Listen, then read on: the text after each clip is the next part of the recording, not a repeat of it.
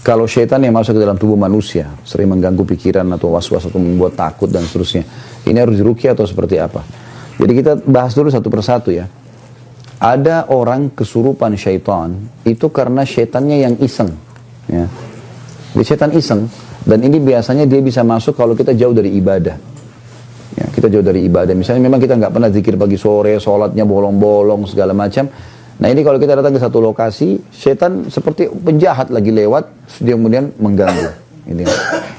Nah ini biasanya lebih mudah untuk keluarkan, karena dengan dia ibadah, dia lari ke ibadah, maka setannya akan merasa kegerahan, kemudian dia akan keluar, gitu kan.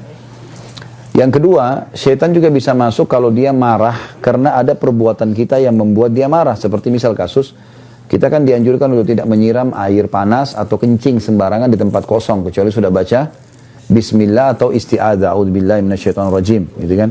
Karena biasanya kita kencing di situ atau buang sembarangan air, kemudian kena anaknya jinnya jadi marah masuk ke badan, gitu kan?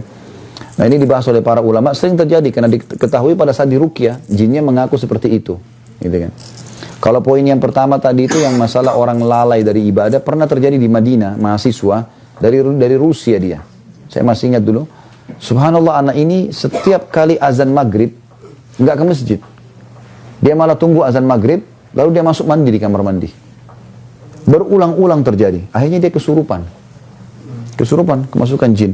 Lalu dibawa kepada seorang peruqyah di salah satu di sudut kota Madinah, ada di bawah gunung, namanya Syekh Abdullah. Beliau kadang-kadang kalau ruqyah sering direkam gitu ya. Maka dibawalah ke sana. Lalu waktu diruqyah, jinnya mengaku kalau orang ini selalu lalai. Lagi azan dia pergi masuk kamar mandi tempat kami masuk menyelamatkan diri. Saya lihat orang ini buka diri, misalnya terbuka, maka saya masuk. Dan kalau ditanya, lalu apa tujuannya syaitan masuk ke dalam badan? Banyak. Yang pertama, dia mudah menguasai. Dia bisa menguasai kita sehingga dia sesat. Dia menyesatkan kita. Karena kan tugas utama syaitan dari iblis menyesatkan kita. Makanya kata Nabi SAW, kalau kalian sedang menguap, tahanlah. Baik tahan dengan bibir atau kita tahan dengan tangan. Karena kalau dia buka, maka syaitan akan masuk ke dalam tubuhnya dan menguasainya. Jadi bisa menguasai sebenarnya gitu kan. Apalagi kalau lagi sholat. Jadi ini contoh-contoh. Jadi yang pertama bisa saja karena kelalaian kita maka dia masuk. Yang kedua karena dia iseng gitu kan. Yang ketiga karena dasarnya kitanya manggil-manggil. Kitanya suka manggil-manggil. Ya. Ini biasanya orang yang kayak semua kasih sesajen di gunung-gunung, di gua, di lautan, lalu dia panggil-panggil wahai penjaga gua, apalah penjaga gunung, panggil-panggil namanya. Nah ini biasa kena panggil-panggil nanti dia bisa kesurupan, gitu kan? Kesurupan. Yang keempat, dia ditransfer oleh orang lain seperti tenaga dalam, ya. Itu biasanya kan syaratnya dimandiin malam hari, apalah dengan rujuk kembang, apalah segala macam ini, maka ditransfer syaitan itu bahasanya di Indonesia biasa transfer aura. Padahal sebenarnya bukan transfer aura, itu tuh memang ada jin. Karena rata-rata teman-teman yang pernah belajar ini, tenaga dalam, segala macam, mandi tengah malam, ini begitu kami ajarin ruqyah, begitu dia ruqyah dia muntah-muntah. Reaksinya sendiri ada. Gitu. Jadi memang reaksi itu bisa terjadi. Ini termasuk bisa. Yang kelima, bisa saja syaitan masuk justru karena dikirim oleh para penyihir. Ya, seperti kita diambil foto misalnya, diambil potongan rambut, diambil apalah, pakaian dalam.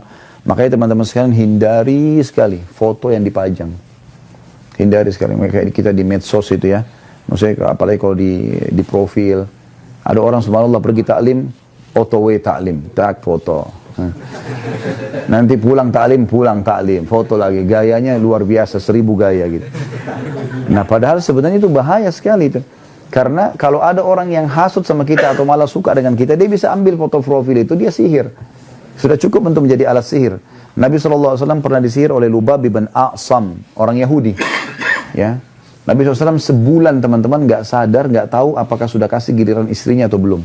Sampai kadang-kadang istri ingatkan, ya Rasulullah belum Anda datang ke tempat kami. Seperti itulah.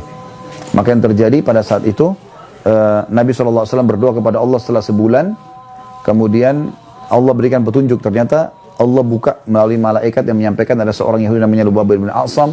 Dia tinggal di suku Za'far dan dia mengambil potongan sisir Nabi dan rambutnya yang dililit di batang pohon kurma yang sudah rusak, terus ditaruh dalam sumur tua. Maka Nabi SAW mengajak Zubair dan Ali radhiyallahu anhum ajma'in lalu membongkar sumur tersebut, mengeluarkan lalu memusnahkan buhulnya. Ya. Maka ini harus hati-hati teman-teman sekalian. Ya. Kita harus bertakwa kepada Allah. Kata Nabi SAW, siapa yang datang kepada dukun, peramal, penyamun, penyihir, bertanya saja, belum percaya.